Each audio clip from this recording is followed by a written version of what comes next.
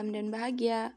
Perkenalkan, nama saya Betty Krisnadayanti dari Prodi Manajemen Bisnis Universitas Sarjana Wijayata, Taman Siswa. Hari ini saya ingin mewawancarai pengusaha muda di Kalimantan Utara, tepatnya di Malino Kota. Oke teman-teman, tidak perlu berlama-lama lagi, mari kita ke tempat tujuan.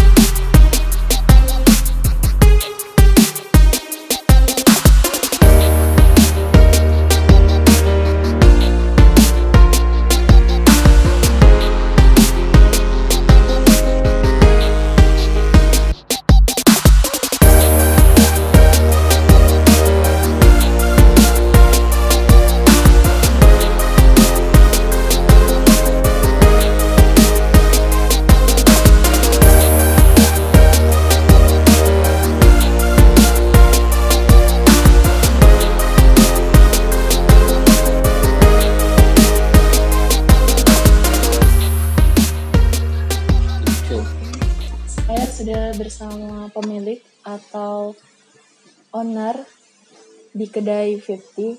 Kak, boleh perkenalan? Ya, untuk perkenalkan, nama saya Rilo Budiman, tapi teman-teman kadang manggil Ridwan. Kak, kalau saya boleh tahu, sejak kapan mulai membuka atau merintis usaha ini?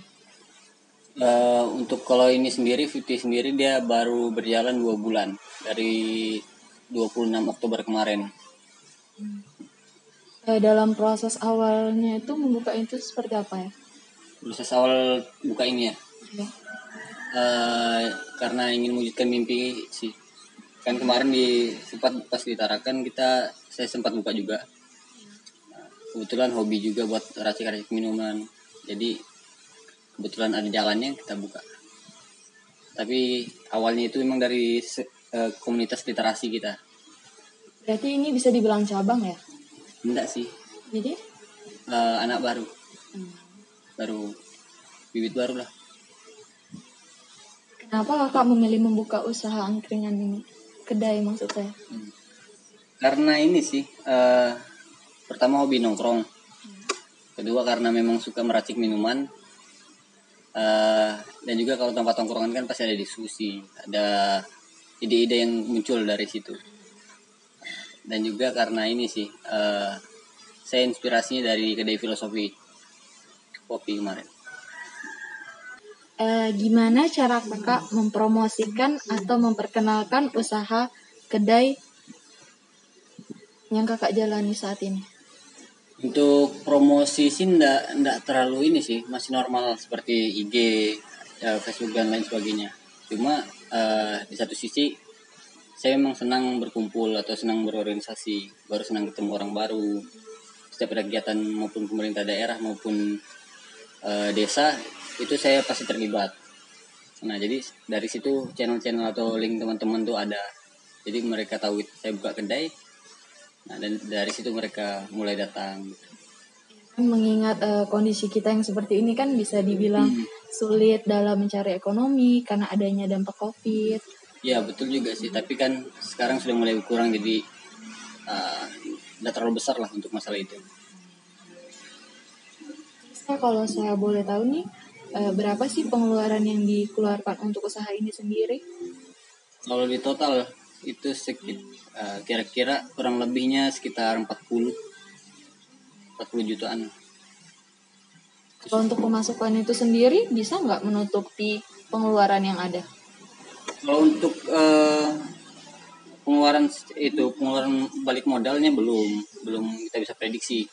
Karena kalau dalam usaha kan paling mentok itu kita bisa lihat kurvanya itu di 3 sampai 1 tahun baru kita bisa prediksi. 2 bulan ya? Baru 2 bulan. Jadi paling enggak kalau misalnya buat nutup kos hariannya bisa. Dari hari? Senin sampai Minggu sih biasa. Dari jam berapa? Senin sampai Sabtu itu dari jam 9. Itu paling cepat. Tapi paling lamanya itu paling lamanya jam 11-an lah baru kita buka. Kalau memang capek betul, teman-teman.